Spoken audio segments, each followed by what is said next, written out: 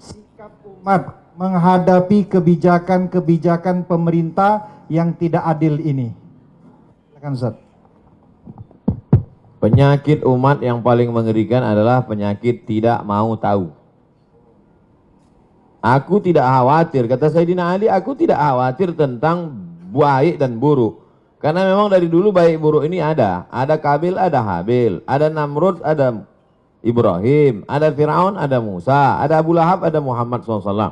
Aku tidak pernah khawatir tentang baik dan buruk, itu memang terus ada. Yang ku khawatirkan adalah orang baik diam, sehingga orang jahat merasa dirinya benar.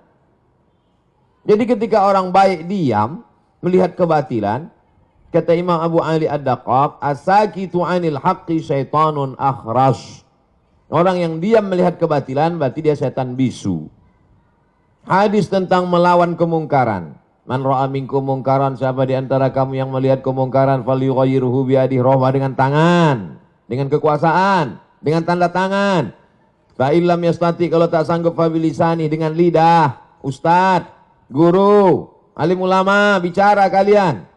Fa illam yastati fa biqalbi, tak juga sanggup dengan hati. Tapi jangan lupa dengan hati itu adzalika at'aful iman. Itulah selemah-lemah iman. Saya tidak dengan tangan karena saya tak punya kuasa. Tanda tangan saya tak laku. Dulu masih berlaku di KRS, sekarang tak jadi dosen pun tak laku lagi. Hanya untuk tanda tangan meresmikan masjid aja. Tapi kalian yang punya tanda tangan, kalian akan dituntut di hadapan Allah Subhanahu wa taala. Ingat wahai pemimpin bangsa, jabatan kalian tak lama tapi hisapnya super lama. Jabatan kalian sekejap tapi hisapnya amat sangat lama di hadapan Allah. Yauma yaqumul hisab. Pada hari itu ditegakkannya hisab. Kalau dihitung-hitung usiamu sejak akil balik 10 tahun sampai mati 63 tahun. Kalau sampai tak sampai 53, potong 10, potong 13, tinggal 40 tahun. 40 tahun itu berapa kali kau menandatangani surat izin membuka perusahaan asing, dari mulai nikel, batu bara, tanah, penebangan hutan, penggarapan. Dituntut kau ke pengadilan, kau menang juga karena duit kau banyak, bisa kau sogok pengacara, per detik bisa kau bayar. Tapi di akhirat, al-yawma naqtimu ala afwahim, mulutmu terkunci, wa tukallimuna aydihim, tanganmu akan bicara. Inilah tangan yang dulu menandatangani persetujuan. Wa tashhadu arjuluhum, kakimu akan bersaksi. Sekarang orang bicara tentang integritas, integritas, berkarakter. Inilah integritas. Oleh sebab itu tanggung jawab kita adalah jangan diam melihat kebatilan.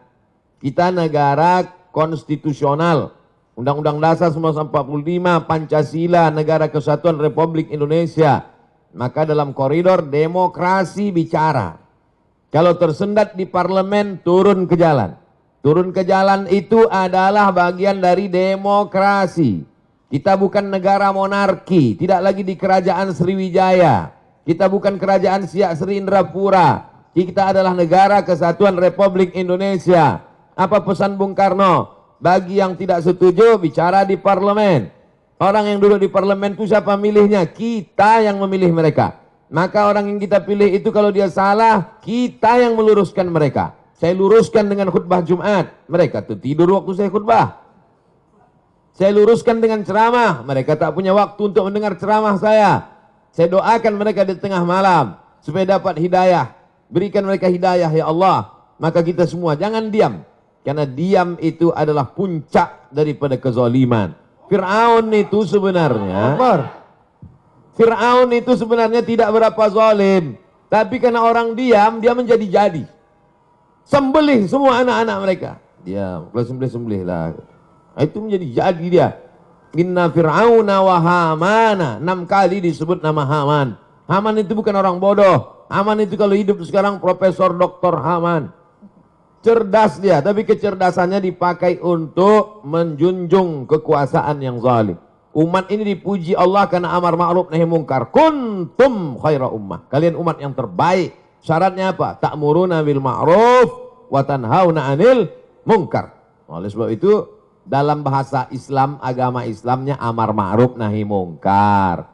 Dalam bahasa konstitusinya adalah kritik membangun, berdebat di parlemen. Parlemen, parle itu bahasa Perancis artinya ngomong. Parlemen, tempat ngomong. Kau didudukkan di situ untuk ngomong, bukan untuk tidur. Oleh sebab itu maka habis sudah saya sampaikan.